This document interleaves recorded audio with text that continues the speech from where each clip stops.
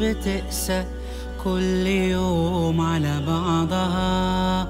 ليه دنيا الناس بتنسى يوم رجوعها لربها؟ ليه يضيع بينا الأمان والأمين نفتكره خان؟ ليه بنخدع، ليه بنجرح كلنا رمين شبكنا في بحرها؟ ليه يا دنيا الناس بتقسى كل يوم على بعضها؟ ليه يا دنيا الناس بتنسى يوم رجوعها لربها؟ ليه يضيع بينا الأمان والأمين نفتكره خان؟ ليه بنخدع، ليه بنجرح كلنا رميين شبكنا في بحرها؟ ليه ناس على بعضهن والمحبة بقت. Assalamu alaikum wa rahmatullahi wa barakatuhu. Alors nous allons commencer une nouvelle série qui s'appelle l'islam à son commencement. C'est une série qui va nous parler de l'islam, de comment a émergé cette religion, comment est-elle arrivée, Inch'Allah, voilà. Donc cette vidéo n'est pas exclusivement réservée aux musulmans. Cette vidéo est pour tout le monde, elle est pour tout le monde, que vous soyez juif, chrétien, bouddhiste, athée, elle est pour tout le monde. Elle est vraiment... c'est une vidéo qui va parler de l'islam, de nous parler de tout ce qui se passe dans l'islam, le Coran, Inch'Allah, les prophètes, les messagers, Inch'Allah, Allah subhanahu wa ta'ala, on va parler de tout ça, Inch'Allah. Donc nous allons commencer avec qui Allah subhanahu wa ta'ala. Alors, Allah est le nom de Dieu, le Seigneur de l'univers. Il n'a pas engendré et n'a pas été engendré. Nous pouvons le comparer à quiconque, et ce parce qu'il est Allah, Dieu, le créateur de toutes choses. Il n'a pas besoin de dormir ni de se reposer, et même si nous ne pouvons le voir, lui peut le voir. Il sait tout ce qui se passe dans les cieux et sur la terre. Allah est le plus doux au-delà de toute douceur, le plus aimant au-delà de tout amour. Il nous a donné tout ce que nous possédons. Il nous donne l'eau, la nourriture, la lumière, l'air et tout ce dont nous avons besoin pour vivre sur cette terre jusqu'à notre mort. Il nous a donné un esprit et un cœur afin d'évaluer combien nous nous en sommes reconnaissants en l'adorant et en l'obéissant.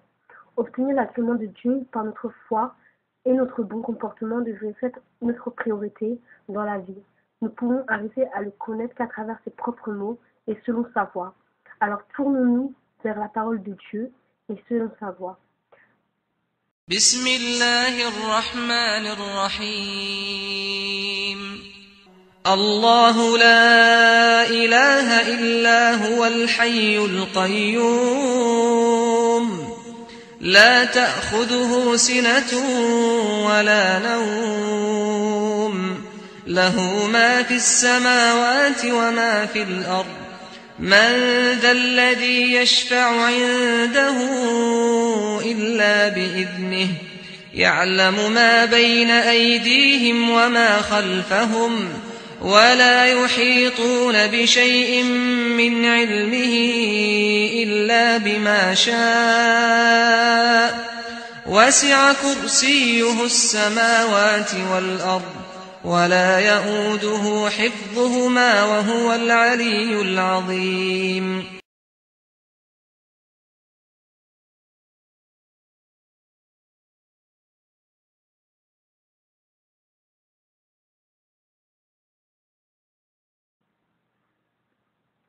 Allah subhanahu wa ta'ala, point de divinité à part lui, le vivant, celui qui subsiste par lui-même, Al-Qayyum, ni somnolence ni sommeil ne le saisissent. À lui appartient tout ce qui est dans les cieux et sur la terre. Qui peut intercéder auprès de lui sans sa permission? Il connaît leur passé et leur futur, et de sa science, il n'embrasse que ce qu'il veut. Son trône Kursi déborde les cieux et la terre, dont la garde ne lui coûte aucune peine. Il est le très haut, le très grand. Sourate 2, verset 255, Ayat al-Kursi. Allah a envoyé des prophètes et des messagers pour nous transmettre ses paroles, nous rappeler de n'adorer que lui et pour nous enseigner comment suivre sa voie. Un jour, quand il ordonnera, les cieux se fermeront, les étoiles et les planètes exploseront et le monde parviendra à ses fins. Dès lors, Allah subhanahu wa ta'ala, le Tout-Puissant, nous ramènera à la vie pour nous juger, nous récompenser ou nous punir pour ce que nous aurons accompli. Ce jour-là, les gens qui auront adoré de faux dieux ou d'autres éléments seront très peinés, mais ceux qui auront écouté Allah et auront agi selon le bien seront heureux. بسم الله الرحمن الرحيم قل هو الله أحد الله الصمد لم يلد ولم يولد ولم يكن له كفوا أحد. Dieu dit, il est Allah unique. Allah le seul à être imploré pour ce que nous désirons. Il n'a jamais engendré, n'a pas été engendré non plus, et nul n'est égal à lui. Surat Al-Ikhlas, le monothéisme pur, versets 1 et 4. 1 à 4. Pour beaucoup d'occidentaux, Allah est le Dieu des Arabes, et le terme évoqué par, même pour certains, une divinité cruelle qui pousse ses adorateurs au fanatisme aveugle. Pourtant, on sait que dans les langues sémitiques dont fait partie l'arabe, comme l'hébreu ou l'arméen, la racine al ou el sert à nommer Dieu. Ainsi, l'Ancien Testament a conservé des traces évidentes comme combien d'adorateurs du Seigneur, anges ou hommes, portent en leur nom les signes de leur soumission à Dieu. Gabriel, Michaël, Ismaël, Israël. Dieu est appelé El ou Ella. Le nom Elohim revient plusieurs fois dans l'Ancien Testament pour désigner Dieu, le Dieu des Hébreux. Selon le Coran, Dieu s'est révélé à Moussa, Moïse sous le nom Allah. Puis lorsqu'il arriva, il fut interpellé. Moïse, je suis ton Seigneur, enlève tes sandales car tu es dans la vallée sacrée Torah. Moi, je t'ai choisi, écoute donc ce qui va t'être révélé. Certes, c'est moi Allah, point de divinité que moi, adore-moi donc et accomplis la salade pour le souvenir de moi. Surat 5, Taha, verset 11-14. Puis lorsqu'il arriva, selon le Coran également, Isa, Jésus, nommé Dieu de la même façon lorsqu'il recommandait aux enfants d'Israël. Allah est mon Seigneur et votre Seigneur. Adorez-le donc, voilà le chemin droit. Surat Al-Imran, la famille d'Imran, verset 51. Il peut être utile de rappeler que ces prophètes ne connaissaient pas le Deus latin, dont nous avons tiré le mot Dieu. Il est d'ailleurs intéressant d'observer que les chrétiens de tradition orientale et d'expression arabe invoquent Dieu par le nom Allah. Tel est le cas des Coptes d'Égypte. En appelant Dieu du nom Allah, les musulmans se conforment donc à une tradition prophétique millénaire. Par le moyen de la révélation, Dieu se fait connaître à ses créatures en leur dévoilant ses noms. Ceux-ci sont évoqués dans le Coran. C'est 99 noms.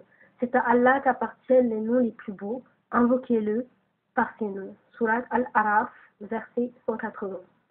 Dit, invoquez Allah ou invoquez le tout miséricordieux, quel que soit le nom par lequel vous l'appelez, il a les plus beaux noms.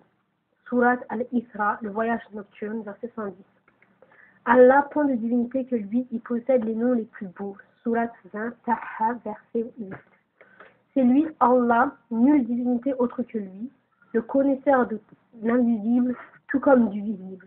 C'est lui, le tout miséricordieux, le très miséricordieux. C'est lui, Allah, nulle divinité que lui, le souverain, le pur, l'apaisant, le rassurant, le prédominant, le tout-puissant, le contraignant, l'orgueilleux. Gloire à Allah. Il transcende de ceux qui lui associent. C'est lui, Allah, le créateur, celui qui donne un commencement à toute chose, le formateur. À lui les plus beaux noms. Tout ce qui est dans les cieux et la terre le glorifie. Et c'est lui le puissant, le sage. Surat Al-Hajj, l'Exode, versets 22-24. Il conviendrait de s'arrêter plus longuement sur chaque nom, afin de mieux comprendre ce qu'il implique dans la vie du croyant. Ainsi, par exemple, savoir que Dieu est omniscient, y compris en ce qui concerne nos pensées les plus secrètes, nous conduit à nous comporter avec droiture en toutes circonstances, publiquement ou secrètement. Savoir que Dieu est celui à qui l'on peut se confier nous conduit à nous remettre entièrement à lui. Savoir que Dieu est juste nous conduit à être équitable. Savoir qu'il est pardonneur et que sa miséricorde est infinie nous conduit à ne jamais désespérer, quelles que soient nos erreurs. et aussi à pardonner à ceux qui nous offensent. En fait, c'est à partir de ces noms que les thèmes de la miséricorde, du pardon, de la paix, de la lumière, de l'équité et de la loi devaient être accordés, abordés et étudiés en islam. La science des noms divins est un fondement de toute connaissance authentique religieuse qui refuse de concevoir Dieu comme une entité abstraite, un être dont on ne sait rien, opposé à un néant dont on ignore tout. L'éthique musulmane elle-même découle de cette connaissance.